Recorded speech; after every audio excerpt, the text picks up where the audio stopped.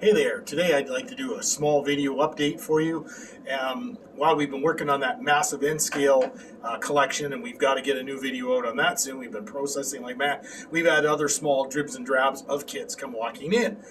Today, or yesterday actually, we finished off today. We received a small collection of aircraft.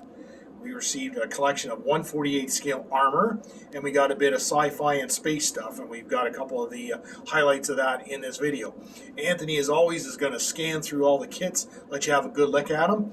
As always, if you see anything you like, email us, HOBCEN or hobson@rogers.com. Tell us what you're interested, ask us if we still have it, if we have a price on it, whatnot, and we can answer you very quickly and in order received. I'll be honest, some of this 48 scale armor is quite collectible and sought after. A lot of it will be going up on our eBay store. That broadens our reach and gets it out to more people. Our username on eBay is Mr. Bill 15. You can look at it after it for that, or you can portal through from our website. And as always, when you go to our eBay store and you get on the Mr. Bill 15 page, on the top right, there's a little section you can click and you can press on recently listed. And that will bring you the most recently things that we've added. So you don't have to go wading through a whole pile of stuff. Anyways, I go on too long. Anthony's going to show you the kits. We'll see you in the next video.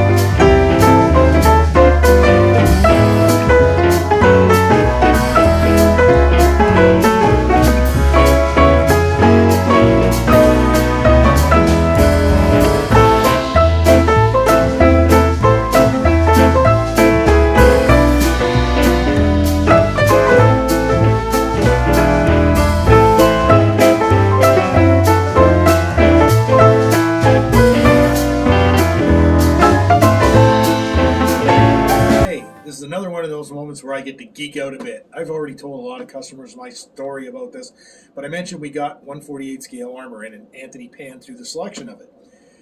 What you don't know is I have a lot of history with this stuff. When I was a youngster growing up, a teenager and whatnot, these Bandai 48 scale kits were the bomb, okay?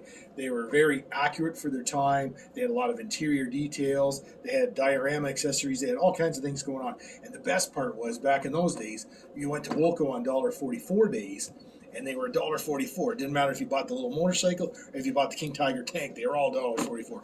So I darn near built every one in the range. In fact, every one that you saw on those tables, I think I built at one time or another. Now, another geeky thing about it is the history of these things. They're, as I say, they're very cool kits for their time. I mean, Tamiya was just really starting out in the 35th range. They were still putting motors in their stuff and gears and all that stuff.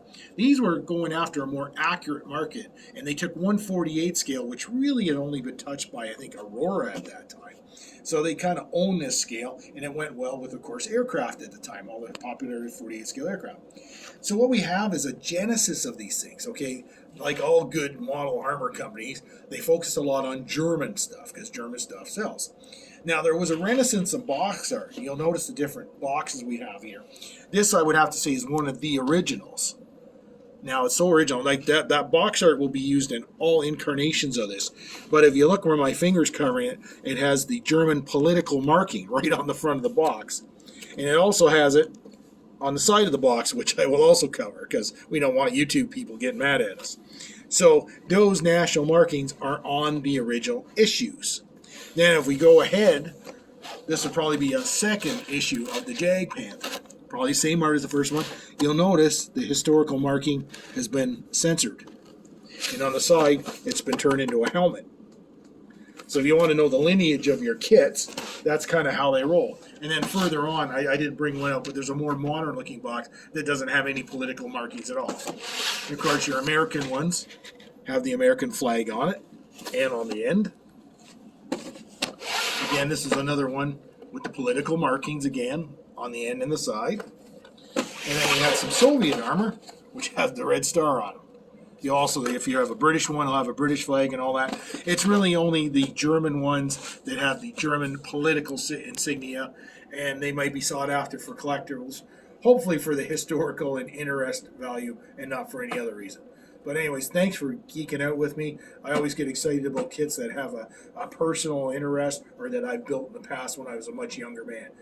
Thanks again for watching. We'll see you again real soon.